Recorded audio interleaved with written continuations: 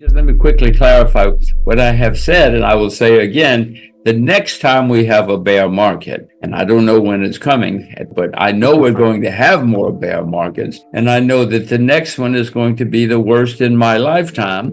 2008 was a problem because of too much debt. Look out the window. Since 2008, the debt has skyrocketed everywhere. Even China has a lot of debt now. So all I'm saying is, and I don't know when it's coming, that the next time it's going to be a nasty, horrible, disastrous bear market. Now, how I see the world right now, one of the things that history has taught us is the year before an American election, usually the American market is fairly strong. And that's because all the politicians know the election is coming, and so they try to make everybody happy.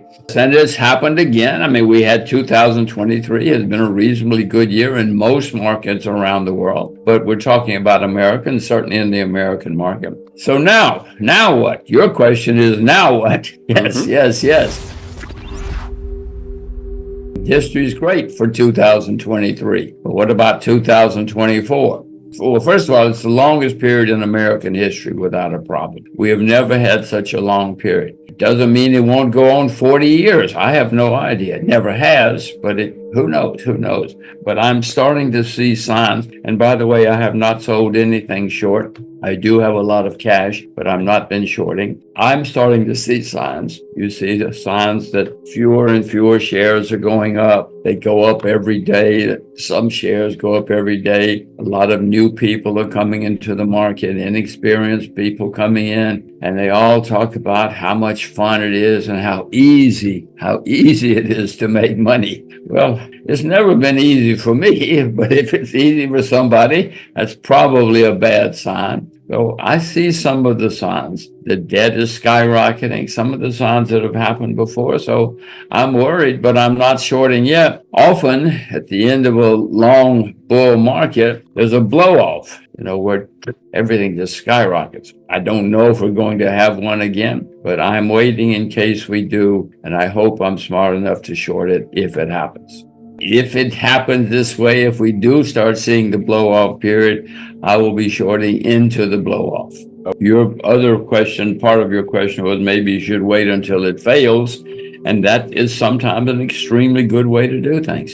The U.S. dollar is the world's main currency. Now, unfortunately, that's beginning to change because more and more people are starting to see that the U.S. debt goes skyrocketing. And, in Washington, if you have the world's reserve currency, it's supposed to be neutral. Anybody can use it for anything. But unfortunately, Washington is now changing those rules. If Washington gets angry at you, they cut you off. They say you cannot use the U.S. dollar.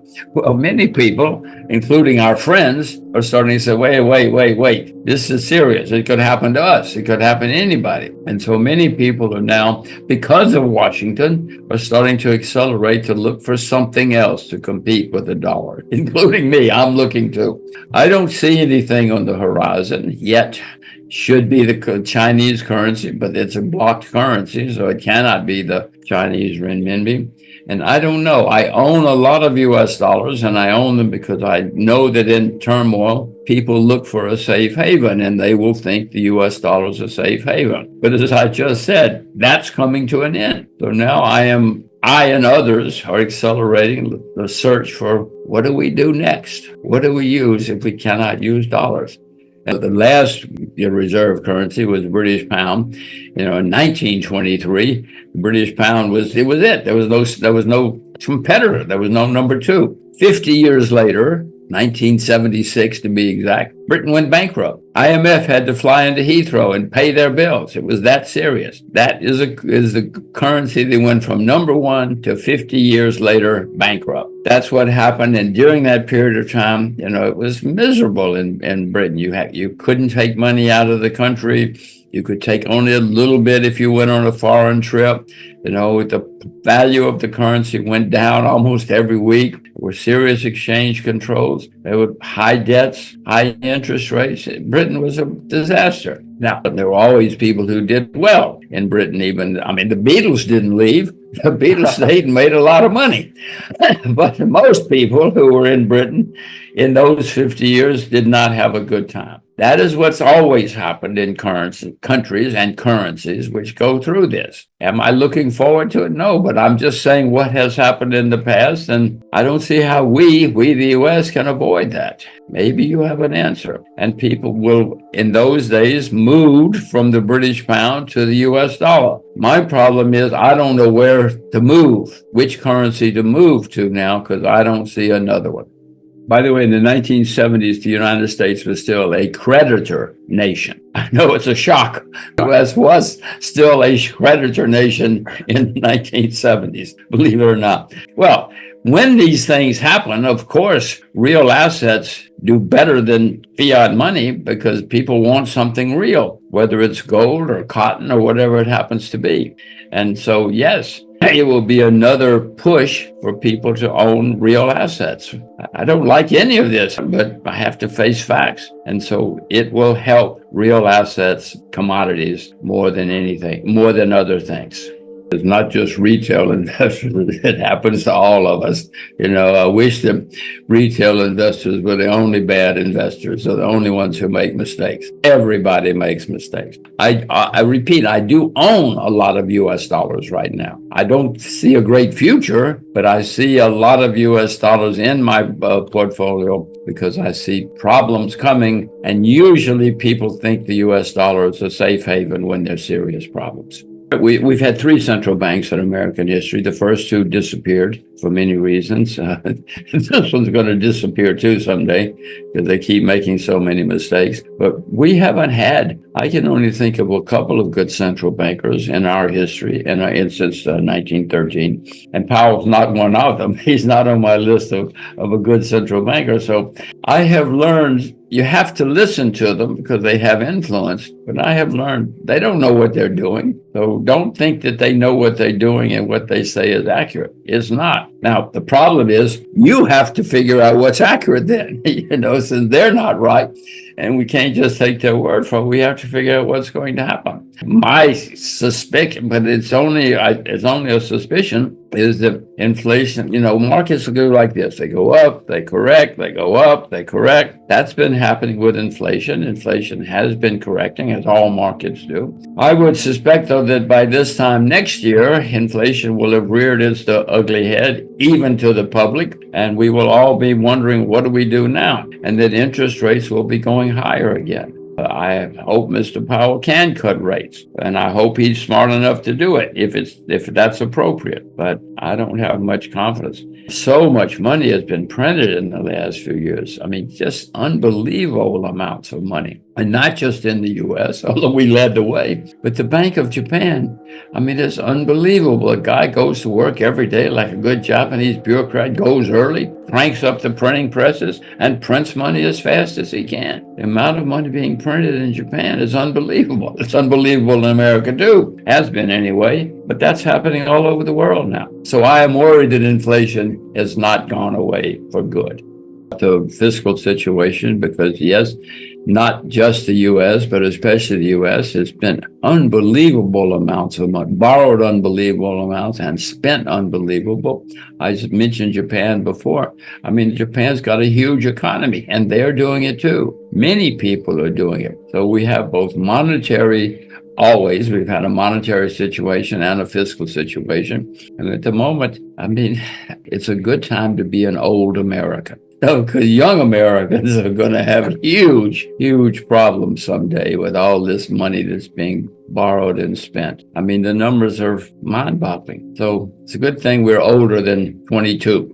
I suspect somewhere along the line, somebody is going to run on a basis of, we've got to do something about this debt. And everybody, the voters, you and me, are all going to say, he's right, let's elect him. And then we will elect him. But then 6 months later, we're all going to say, wait a minute, this hurts too much. What are you talking about? This is gigantic pain. This is torture. And they'll get rid of it and we'll print more money. That's what often has happened in history.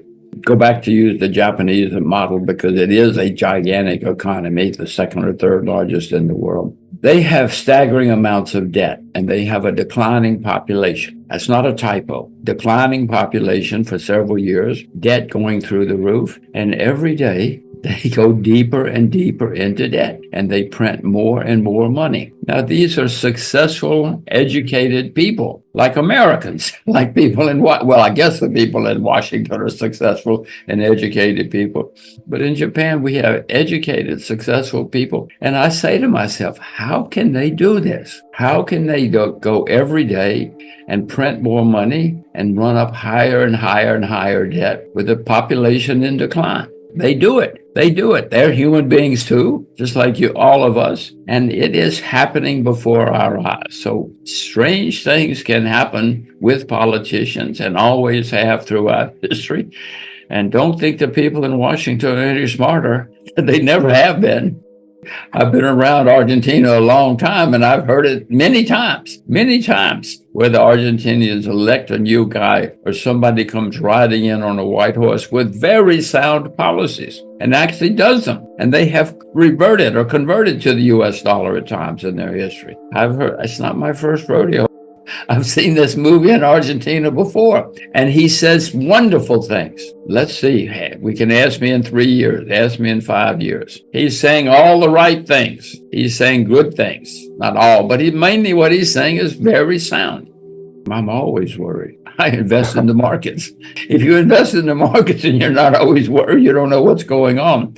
But let me just go back to something you said, Pax Americana. Yes, that's Washington puts out that propaganda. But there was a study done recently. The United States has been a country since 1776. In all but 18 years, we have been at war. It's a horrifying fact. It's a fact. It's a simple historic fact. We are always at war with somebody. So I'm not proud of this at all. It worries me even more. But for some reason, those people in Washington like war. We're not very good at it anymore. We haven't won a war in a long time, but they like it. And so Pax Americana worries me. And that's the way many people in Washington think. They think, we'll show them, we'll give them peace. We'll send an army to give them peace. So I worry about a lot of things, and that's one of them, that somehow or another, we the Americans, we might stumble into a war because those people in Washington like it.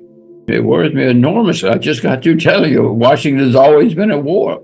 You know, before the First World War in 1914, the German royal family and the English royal family used to vacation together. They would have parties together. They would intermarry, etc. And then in 1914, only a few months later, they were slaughtering each other, hating each other, the whole world. And everybody, of course, in October of 1914 said, don't worry, this will be over by Christmas. And of course, 6 months later, everybody was saying, how the hell did we get into this? How do we get out? How do we get out of this crazy war? And it took 4 years. Disaster, gigantic disaster. So when these accidents happen, whatever reason, and by the way, in that war, just a little history more than you might care about probably, the Emperor of Austria said to Serbia, because his son had been killed, assassinated in Serbia, these are 9 demands. You must do these things. Serbia agreed to 8 of them. Serbia agreed to 8 of the demands from the Archduke of, what's he called? The Emperor of Austria.